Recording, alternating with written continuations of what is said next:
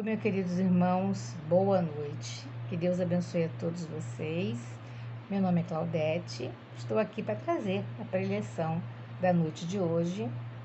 Mas, como sempre, vamos iniciar com a nossa prece de agradecimento por estarmos aqui presentes, podendo assistir com saúde e paz a nossa preleção da noite de hoje. Vamos fechar os olhos, acalmar os nossos corações e orar.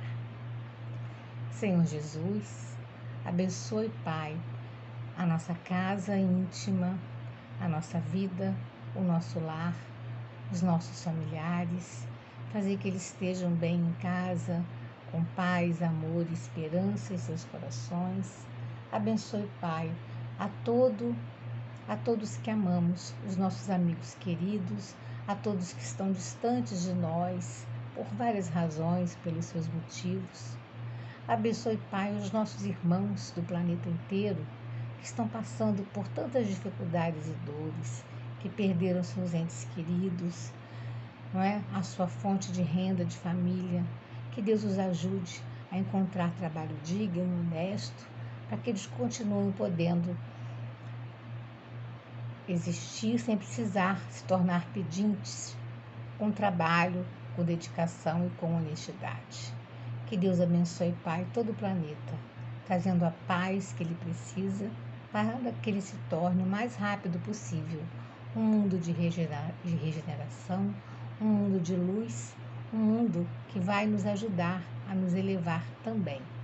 Que do nosso coração saia sempre um sorriso de paz, de amor, de esperança a todos que se acerquem de nós, para que eles sintam em nossa presença paz e esperança.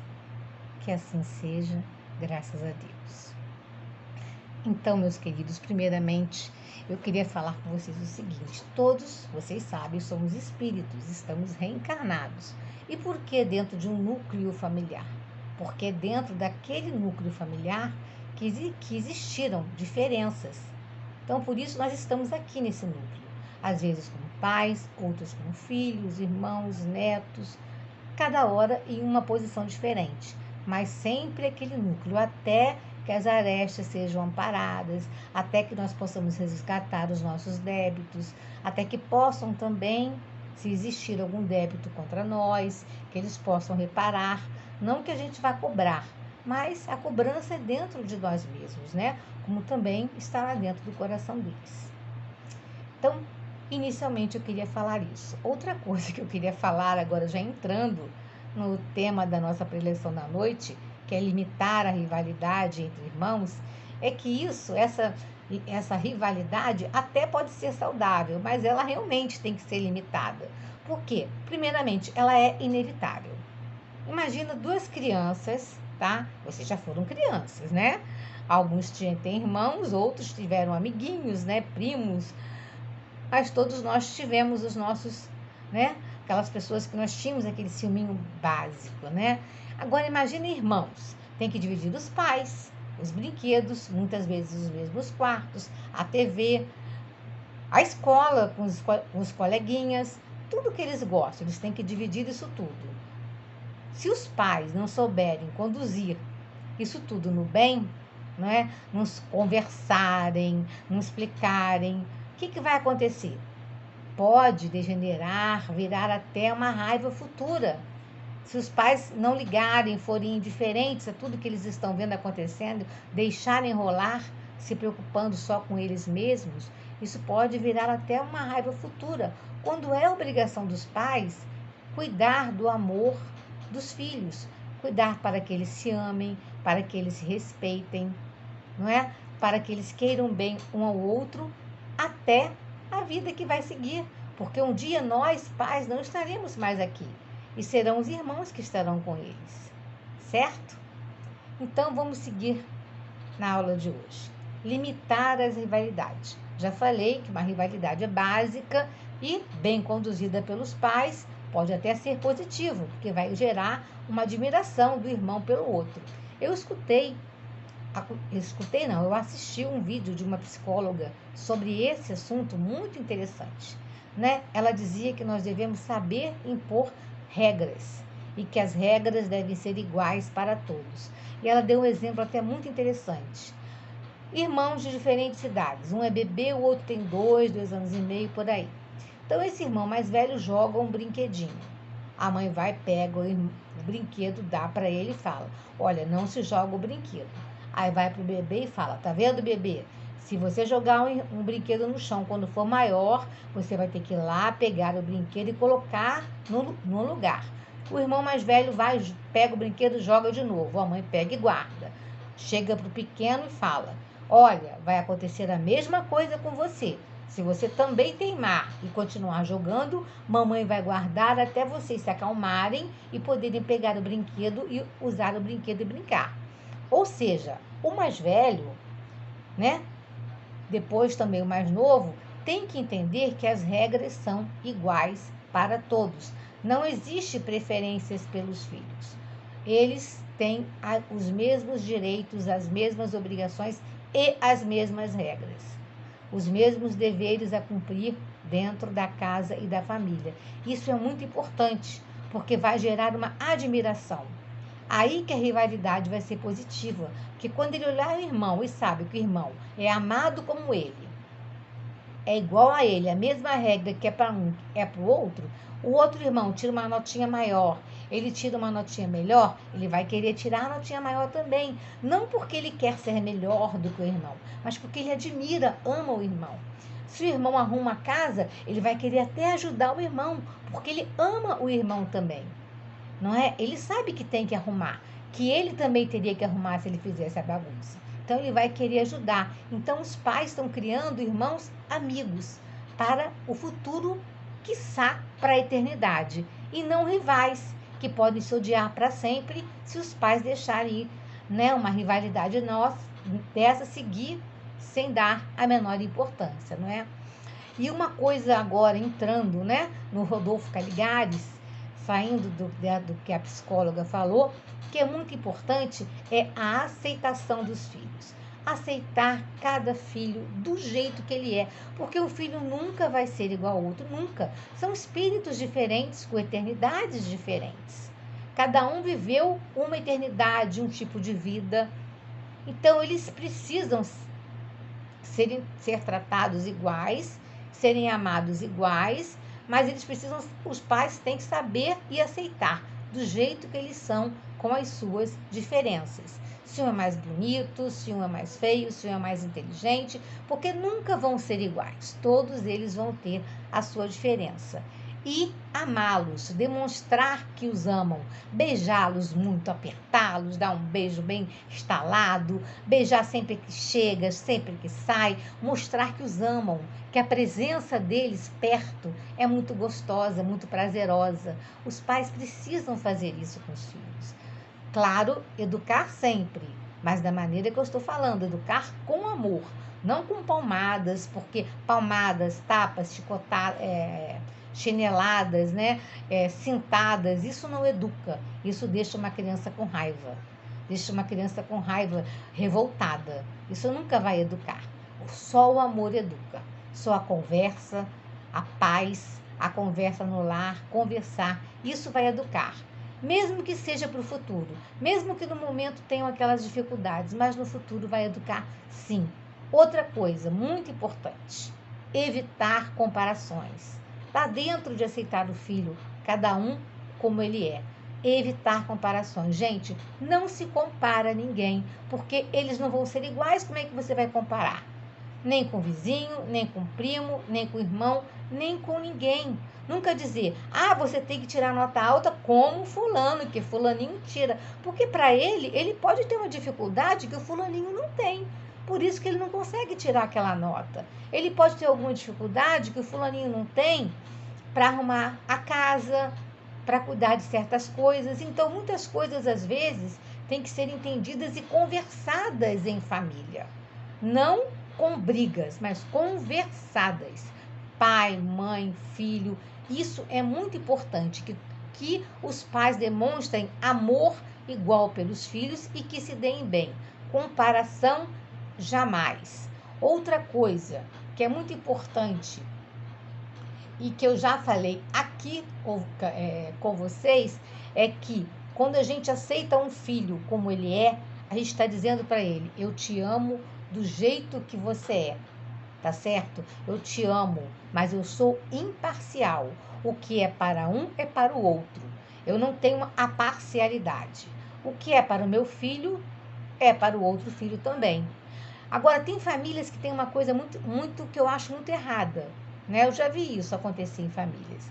Por exemplo, tem filhos que dão aquela esticada, cresce. Tem uma idade parecida, mas cresce. Aí o pai e a mãe vão lá comprar uma roupa para o filho que cresceu, que ele já perdeu, aí compra para o outro.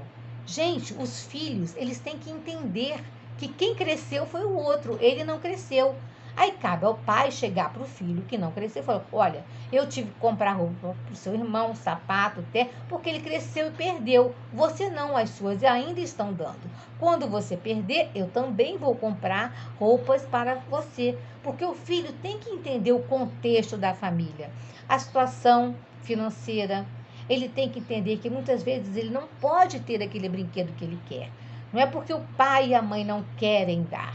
É porque o pai e a mãe não podem dar. Muitas vezes aquilo dói no coração de um pai e de uma mãe não poder dar um brinquedo que um filho está querendo, uma roupa que um filho está querendo. Mas eles não podem.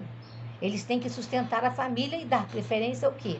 Ao que é necessário realmente. Alimentação, vestuário, transporte, educação, tudo isso, certo? Então, se os filhos tiverem amor, aceitação e diálogo entre eles, olha, isso vai adiantar, isso vai ser maravilhoso. Outra coisa que os pais devem fazer: tirar um dia. Os pais trabalham. Muitas vezes a mãe atualmente trabalha, o pai trabalha, mas tira um dia durante a semana. Ainda mais se eles forem mais ou menos da mesma idade, joga jogo de toda a família inteira. Joga um jogo de tabuleiro. Olha, eu tinha vários. Tem detetive, tem banco imobiliário. Vamos jogar juntos, vamos brincar juntos. É importante que os filhos sintam o amor dos pais assim.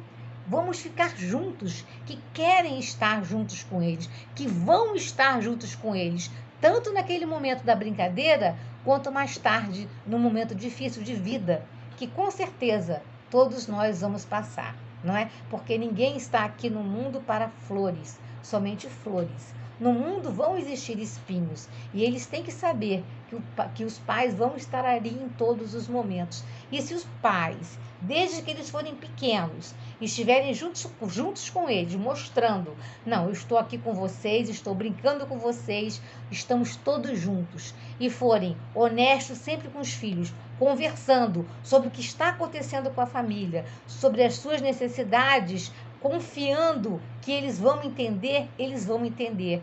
E vocês vão estar criando pessoas generosas, boas, bons pais para suas famílias e pessoas maravilhosas para o futuro do mundo. Vocês já estão educando os seus filhos para o mundo de regeneração e que vão educar os filhos deles também para esse mundo e os netos, se vocês criarem esse clima de amor e de cumplicidade entre a família, união, mas sempre essa cumplicidade que eu falei, tá, gente? É no bem, tá? Nunca esconder o mal. Se o filho agiu errado, ele tem que ir aonde ele agiu errado, o pai tem que levar a mãe, ele tem que se desculpar, consertar o erro, tentar de alguma maneira reparar se ele cometeu alguma coisa errada. Isso precisa acontecer, tá certo? Mas vamos agora passar isso e criar esse clima de amor, de jogos, ou então uma viagem em família, uma viagem gostosa, ou então os irmãos, uma viagem entre os irmãos. Tantas excursões escolares, mandem os irmãos juntos, mas que eles tenham esse hábito de brincarem juntos. Criem desde pequenos que eles vão crescer. E vão crescer com esse hábito e vão chamar os amigos que vão se tornar os mesmos para brincarem juntos. Agora, o que acontece? Eles também têm que entender que às vezes um outro irmão está doente. Então, naquele momento que ele está doente, ele vai precisar de mais atenção. Ou não uma doença, uma dificuldade qualquer. Ele está com aquela dificuldade, ele vai precisar de um pouco mais de atenção. Temos que conversar com o irmão, mas ele vai entender que o outro está assim. E se você souber fazer isso, vai ficar muito mais fácil. Se você souber conversar com seu filho, dar o amor que ele precisa, ele vai entender que aquele irmãozinho ou o outro está passando por alguma dificuldade. Então é importante que ele tenha naquele momento mais atenção do que ele, mas que quando as coisas voltarem ao normal, tudo vai ser como antes. Mesmas regras, imparcialidade, amor incondicional pelos dois, a mesma coisa. Isso é muito importante para a paz e a união em uma família, tá certo? Uma coisa, né? Isso que eu falei de passear. E quando tem uma diferença de idade grande, né? Tem uma hora que tem uma diferença de idade muito grande e o pequenininho quer a atenção do grande, quer de qualquer maneira. E o pai tem que ter aquele jogo de cintura, de saber quando é o momento de: vamos fazer o seguinte, vamos brincar, fulaninho, chega pro pequeno, vamos brincar de alguma coisa, o seu irmãozinho vai sair, vai fazer alguma coisa, deixa o irmão maior sair com os amigos, fazer uma outra coisa, uma brincadeira. Vocês vão perceber que ele não vai ficar revoltado, que ele não vai, não, você tem que brincar com o seu irmão que é menor. Nem sempre ele quer brincar, ele tem direito, ele é maior. Ele tem uma outra vida já, ele está criando amigos diferentes, ele está numa fase de vida, quando ele tem uma idade bastante diferente, ele está, como foi o meu caso, tive um filho com 13 anos de diferença do outro, então ele está numa fase totalmente diferente. Então ele precisa desse momento dele e você tem que dar e explicar para o irmãozinho pequeno isso, para o irmãozinho pequeno não chorar. Aí você dá de você para o pequeno, mostra para ele que você o ama, que o irmãozinho o ama também, mas naquele momento ele tem que ter o momentinho dele. O irmãozinho pequeno não tem um irmãozinho, chama um amiguinho do pequenininho para poder brincar com ele. Se não puder, brinque você. Faça alguma coisa, crie alguma coisa, use a sua imaginação de mãe apaixonada, pai apaixonado, né? Ou um outro irmão que também esteja ali, que está na mesma idade parecida, né? Mas que também queria que o outro estivesse ali, mas entende melhor do que o pequenininho, não é? Vamos criar esse ambiente de amor e de fraternidade e de união entre a nossa família. Olha que beleza. Gente, família é algo, muitas vezes, muito, muito difícil, né? Muitas vezes temos que conciliar situações que a gente olha assim, meu Deus, o que eu vou fazer?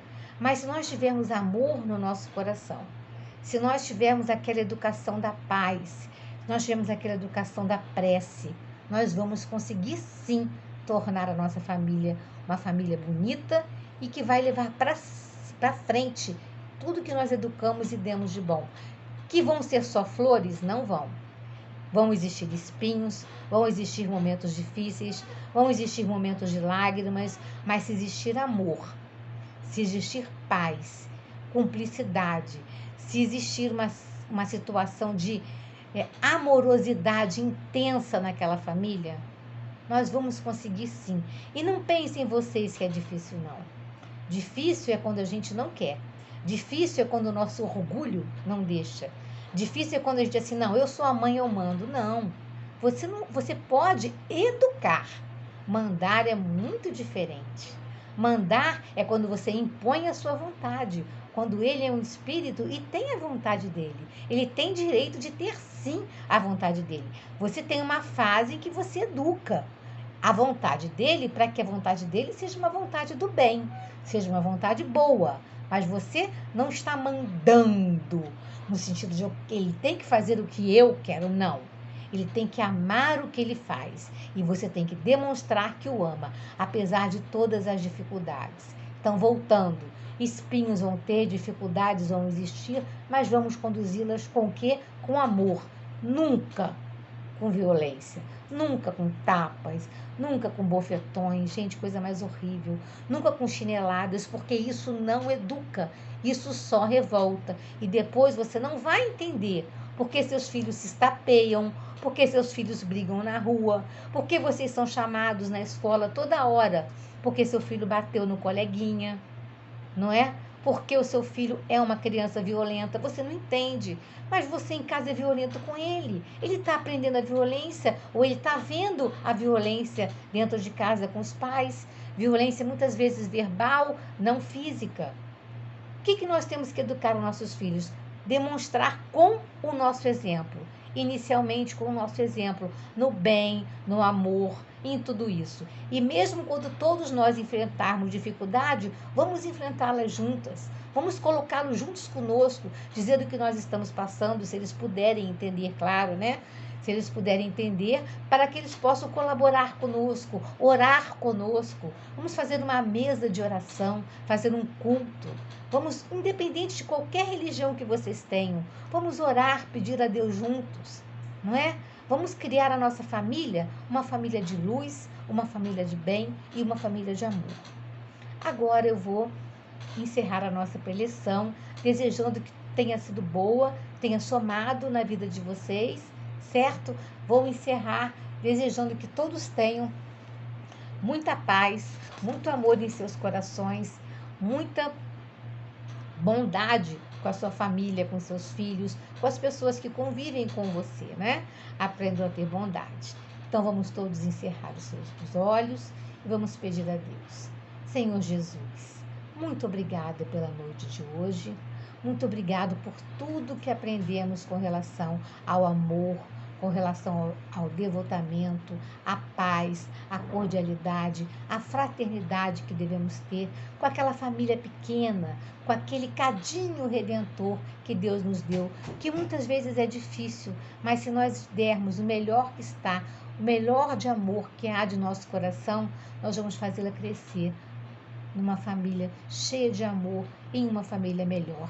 E mesmo que não seja perfeita, mesmo que aqueles espíritos tenham dificuldades, eles vão com isso melhorar, sim. Eles vão crescer, evoluir e vão levar essa evolução para o futuro da vida deles. Então, Senhor Jesus, nesse momento de prece, pedimos pela nossa família e por tudo que nós pudermos fazer de melhor para a nossa família. Que ela seja uma família e crie uma família e suas gerações sejam familiares do bem, pelo bem, para o bem e alcancem aqui nesta terra um mundo de regeneração. Que Deus abençoe a todos vocês. Uma boa noite, durmam na paz do Cristo.